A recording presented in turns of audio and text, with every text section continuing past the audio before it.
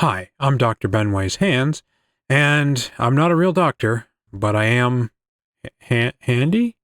Handy? No. Today I'm going to do a quick unboxing and review of the OpenRUN SE bone conducting sport headphones by Shokz. Used to be Aftershocks. My partner and I have been a fan of these for a minute. And we just got this pair kind of relatively cheaply from a store. And I just kind of wanted to crack a box open just to kind of show everybody and talk about what I like about them, what I don't like about them. I'd like to let everybody know this is not sponsored. This is just me talking about the crap I end up buying, because what else am I going to do?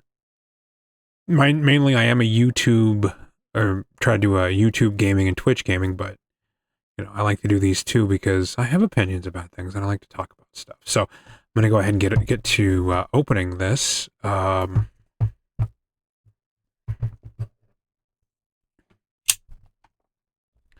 See what we got here.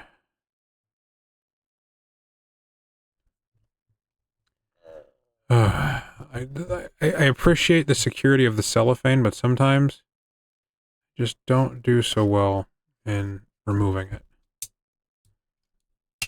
Okay, there we go, and haha. Yeah. Always keep your box for these things. So if you ever want to do any warranty stuff, you got to have the serial number handy. And it's printed on the bottom of the box here. It's also hidden in a really fun place on some of these, and I can show you that too if you guys want. Yeah, flip that over. Slowly, slowly, slowly, slowly. Haha. And here we have the Shokz. I'm just gonna set this. I'm gonna rebox this because these aren't mine. These are actually my partner's. I'm unboxing them for y'all. And I always like these. Very fun. I like the feel of them. They have a good texture. Maybe slightly awkward given some of the jobs I've had. Interesting enough, on these model here, on the outside of this charging port here, you can sort of see that extra gray part. That's actually where the serial number is on these guys.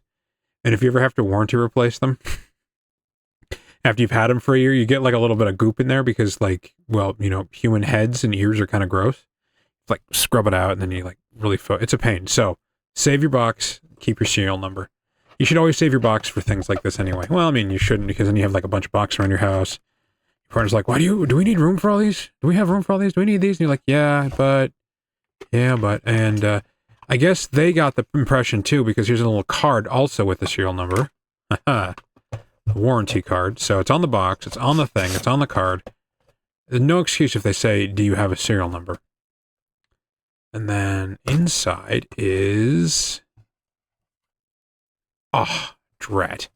It's cloth now. It used to be this really rubbery sort of bag, and I enjoyed that because the texture was just awkward enough, given that I used to work selling novelties.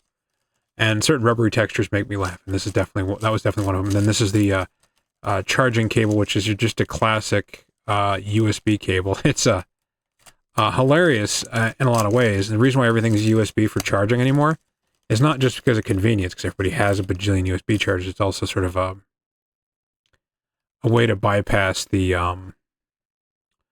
different outlets that different places have. But you can buy a DC block anywhere that'll pump out 5 volts that plugs into your wall.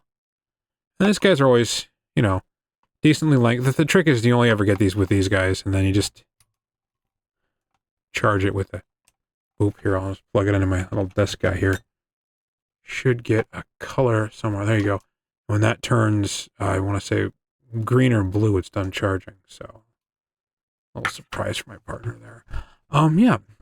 Let's be a little quicker. I like these guys. They're fun because there's no speaker, so nobody else can really hear what's going on with them. And, they go over the ears and bone conducting, and they kind of grip to your head. And there are some pros and cons with that. If you are a long-haired, freaky person like I am, this gets caught in your hair all the time, especially if you're unruly, like I am, both emotionally and, my coif.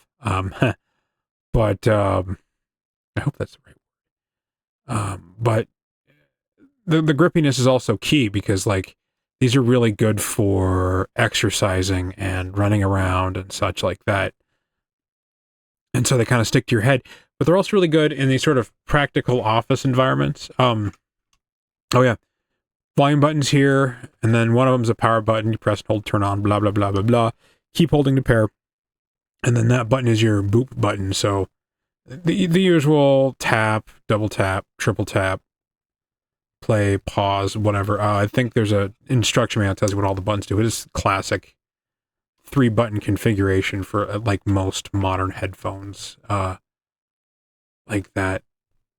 Well, yeah, they're great for that. They're great for office environments where people just kind of walk up and you talk to you, like jamming out your music and all happy.